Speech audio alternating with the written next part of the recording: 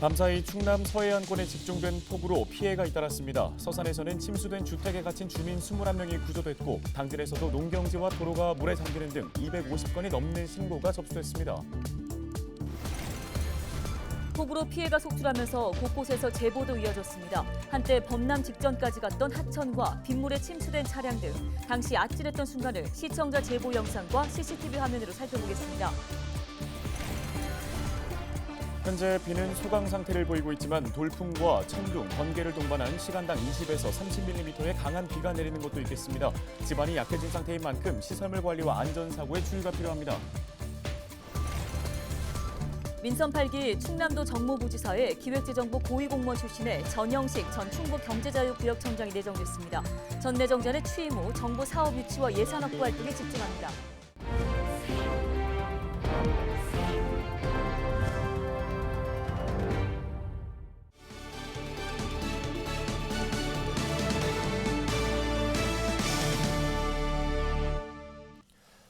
여러분 안녕하십니까? 헬로티비 뉴스입니다.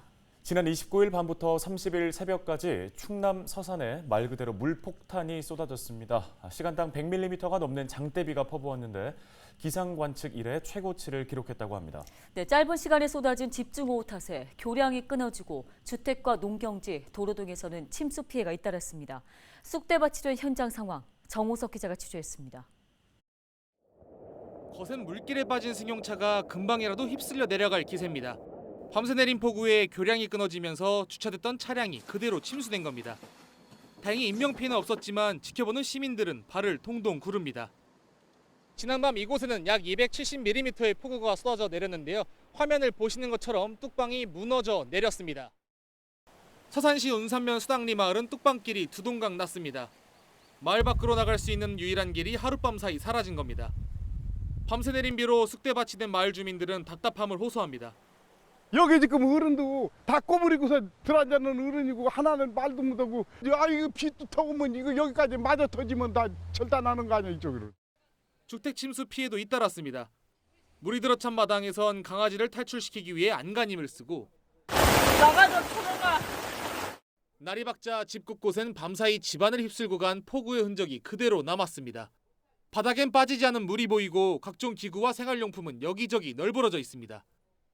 집주인은 잠을 자던 중 갑자기 물이 들어차 겨우 몸만 빠져나왔습니다. 그 차 문을 여니까 물이 이렇게 안으로 들어오더라고요. 그래서 다행히 거기까지는 이제 괜찮은 것 같긴 한데 그래서 차를 빼고 우선 위로 대피를 했어요. 대피를 하고 그냥 있었죠. 뭐 어디 갈 데도 없고 막연하고 뭐 진짜 막 속상하고 그런밖에 안 나더라고요. 농가 피해도 컸습니다. 꽃을 키우는 비닐하우스엔 진흙물이 들어찼습니다. 각종 농기계를 보관하는 창고도 물이 들어차 무용지물이 됐습니다. 농민들은 망연자실한 모습입니다. 이렇게 침수가 돼가지고요. 말병을 맞았네요. 29일 밤부터 30일 오전까지 충남 소방본부에 접수된 침수 피해는 모두 200여 건. 주택가 상가 건물 등 58곳이 침수됐고 낙석과 도로 침수 등 170여 건의 피해가 발생했습니다. 서산에선 저지대 주택에 물이 들어차면서 고립된 주민 약 20명이 구조됐습니다. 예산에서도 하수도가 범람해 아파트 한 세대가 침수됐으며 태안군의 한 주택가 도로도 침수됐습니다. 공주에선 낡은 주택이 무너지면서 90대 노인이 숨지는 등 인명피해도 발생했습니다. 지자체는 2차 피해를 막기 위해 긴급보수에 나섰습니다. 다음 주 비가 예보돼 있는 거에 대해서 지금 복구 공사를 진행했다가는 바로 또 2차 피해가 이제 발생할 수 있어서 아직 섣부르게 응급 복구 공사는 진행이 되시지는 않으실 거예요. 거기에 대해서 장비를 사용해서 이제 단순 긴급 보수식으로 이제 피해 방지를 위해 노력을 할 예정입니다. 이번 집중호우는 당초 예보보다 비구름대가 북상하면서 피해를 키웠습니다. 특히 심야 시간대 물폭탄이 쏟아지면서 주민들은 미처 대응할 시간도 없이 내리는 비를 고스란히 맞아야 했습니다. 기상청은 1일 오후까지 충남권 북부를 중심으로 집중호우가 이어질 수 있다며 산사태나 축대 붕괴 등 추가 피해에 주의해 줄 것을 당부했습니다. 헬로티비 뉴스 정호석입니다. 여기 내 집들이 고립됐어요. 나갈 데가 없어 지금 여기 이 길 아니면 차고 뭐고. 아주 심각해요. 여기 지금 조금만 비 더 오면 다 떠나가게 생겼어요. 지방이 침수되고 이게 이제 위험하잖아요. 저 하천이 다 나가갖고 그래야 이제 주민들을 미리 이제 대피시키려고 방송에서 해관이를 대표라고. 네, 주민들의 얘기를 들어보니 당시 상황이 얼마나 심각했는지 더욱 와닿는데요. 이렇게 밤사이 서산과 당진 등 충남 서북부 지역을 중심으로 폭우가 쏟아지면서 곳곳에서 제보도 잇따랐습니다. 시청자분들께서 보내주신 영상 함께 보시겠습니다. 먼저 29일 새벽 당진천의 모습인데요. 굵은 빗줄기가 쏟아지면서 하천 물살도 거세게 흐르고 있습니다. 물이 급격히 불어나면서 CCTV 설치대 위쪽까지 잠겼는데요. 한때 하천 범람이 우려되면서 당진시에서는 시민들에게 재난 문자를 보내기도 했습니다. 계속해서 당진 읍내동에 있는 한 주택가입니다. 도로가 물에 잠겨 있는 모습인데요. 한 성인 남성이 걸어가고 있는데 빗물이 무릎까지 차오른 모습입니다. 폭우가 내린 다음 날인 30일 하늘에서 본 당진 곳곳의 피해 모습입니다. 시청자 장재광 님이 드론으로 촬영해서 보내주셨는데요. 대덕동 공사 현장에 흙더미가 도로까지 쏟아지면서 굴삭기가 복구를 하고 있는 현장 함께 봤고요. 당진 이동의 한 마을에서는 산사태가 발생해 밭이 매몰됐는데 그야말로 쑥대밭이 돼버렸습니다. 이번엔 태안 지역 상황입니다. 30일 새벽 12시쯤 태안읍 주공아파트 앞 사거리 모습입니다. 택시 한 대가 물에 잠겨 있는데 남성 2명이 차를 빼내기 위해서 안간힘을 쓰며 밀고 있는 모습입니다. 이렇게 긴박했던 상황은 CCTV 화면에서도 확인할 수 있었는데요. 서산 서령고등학교 주변입니다. 비바람이 거세게 불고 있는 모습 확인할 수 있고요. 횡단보도 앞에 차량 여러 대가 비상등을 켠 채 빗물에 잠겨 있습니다. 차량 한 대는 지나가지 못하고 다시 후진을 해서 우회하는 모습입니다. 다음은 30일 새벽 서산 해미면에 있는 도당천 CCTV 화면입니다. 전신주 전선이 수면 위에 늘어져 있어 위험해 보이기까지 하는데요. 비는 소강 상태지만 물이 가득 차서 하천이 거의 범람하기 직전인 모습입니다. 네, 마지막으로 29일 밤 10시쯤 천안 동남구 청당동의 상황입니다. 지하도로에 고인 빗물이 넘치면서 바로 아래에 있는 지하 차도로 마치 폭포처럼 쏟아지고 있는 모습입니다. 충남방송에 제보해 주신 시청자분들께 다시 한번 감사드립니다.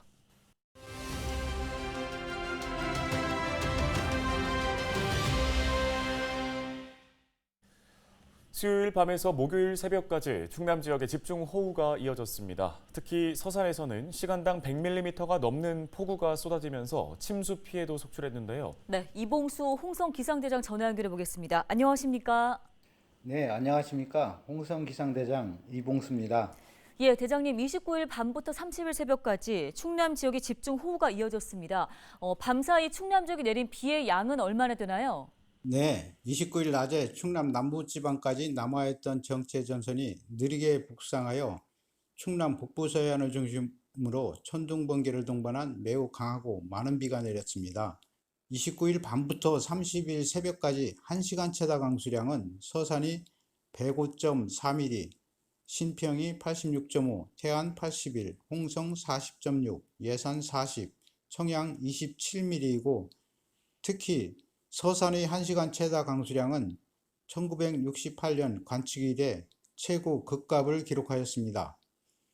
29일과 30일 오전까지 누적 강수량은 서산이 288.4mm, 당진이 265mm, 태안이 178mm, 홍성이 124.7mm, 예산이 108mm를 기록하였습니다.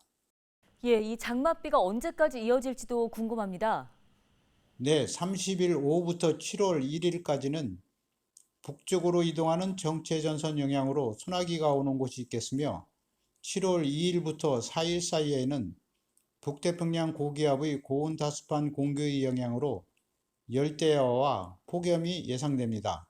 7월 4일부터 6일 사이에는 남쪽으로부터 시작되는 비구름대의 영향을 점차 받겠습니다. 기상청에서는 장마 시종 예보는 안 하고 있습니다. 참고로 중부지방의 평년값은 6월 25일에 시작하여 7월 26일에 종료되고 장마 기간은 31.5일 정도가 됩니다. 네, 마지막으로 폭우 시의 주의사항도 한번 짚어주시죠. 네, 산사태가 오래되는 지역에서는 사전에 안전한 곳으로 대피하고 계곡이나 하천의 상류에 내리는 비로 인해 하류에서 갑자기 물이 불어날 수 있으니 야영을 자제하고 농경지 침수와 농수로 범람, 하수도와 오수관, 배수관 등의 물 역류 가능성에 대비하여야 하며 공사장, 비탈면, 옹벽, 축대 붕괴 가능성이 높고 침수 지역의 감전사고와 자동차 시동 꺼짐에도 유의하셔야겠습니다. 네, 알겠습니다. 오늘 말씀 잘 들었습니다. 지금까지 이봉수 홍성 기상대장이었습니다.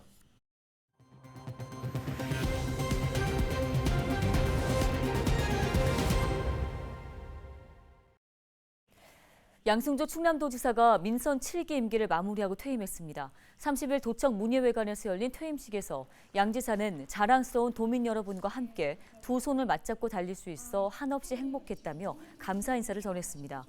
이어 충남은 정부 예산 8조 원 시대를 열었고 도민의 염원이었던 혁신도시 지정으로 환항해 시대의 중심으로 더 크게 도약을 꿈꿀 수 있게 됐다고 강조했습니다. 양 지사는 앞서 28일 기자간담회에서 퇴임을 하더라도 정치는 계속할 예정이며 총선에 출마한다면 어렵고 힘든 지역에 출마하는 것이 다선 의원으로서 당연히 해야 할 일로 생각한다고 밝혔습니다. 민선 8기 충남도 정무부지사에 기획재정부 고위공무원 출신의 전영식 전 충북경제자유구역청장이 내정됐습니다. 김태흠 충남지사 당선인은 30일 도청 프레스센터에서 기자회견을 열고 전영식 전 청장을 정무부지사로 임용한다고 밝혔습니다.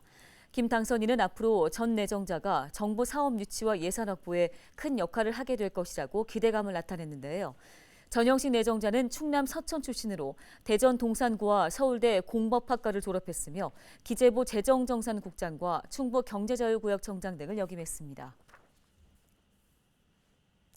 충남에서 올해 처음으로 중증 열성 혈소판 감소 증후군 환자가 발생했습니다. 충남도 보건환경연구원은 고열과 혈소판 감소 증세를 보이는 60대 여성을 검사한 결과 SFTS 양성으로 판정됐다고 밝혔습니다. SFTS는 보통 4월에서 11월 사이 바이러스에 감염된 뒤 참진드기에 물린 후 4일에서 15일간 잠복기를 거쳐 발현되는데요. 야외 활동 후 2주 이내에 고열과 구토, 설사 등 증상이 있으면 즉시 의료기관을 방문해 진료받아야 합니다. 충남에서는 최근 5년간 115명이 감염됐고 이 중 25명이 숨졌습니다. 보건환경연구원은 야외 작업 시 옷소매와 바지 끝을 여미고 귀가 후에는 목욕을 하는 등 예방수칙을 준수해달라고 당부했습니다. 충남도가 여름 휴가철을 앞두고 수산물 원산지 표시 단속을 강화하고 있습니다. 충남도는 안면도 수산시장과 음식점, 유통업체 20곳을 대상으로 원산지 표시 위반 행위를 점검했다고 밝혔습니다. 이와 함께 7월에는 보령 해양 머드박람회를 맞아 보령시와 함께 원산지 표시 단속에 나선다고 덧붙였는데요. 원산지를 표시하지 않은 경우 5만 원 이상 1,000만 원 이하의 과태료가 부과되며 원산지를 거짓 표시한 경우 7년 이하의 징역 또는 1억 원 이하의 벌금이 부과됩니다. 예산군이 여름철 성수기를 맞아 7월부터 예산사랑 상품권 10% 할인 판매에 나섭니다. 이번 행사는 30억 원이 소진될 때까지 진행되고 1인당 구매 한도는 50만 원입니다. 종이형 상품권은 관내 농협 등 판매 대행점 44곳에서 구매할 수 있고 모바일 상품권은 스마트폰 앱을 이용하면 됩니다. 상품권은 국내 가맹점으로 등록된 2,600여 개 업소에서 사용 가능하며 충남 공식 배달 앱 소문난 샵에서도 사용할 수 있습니다.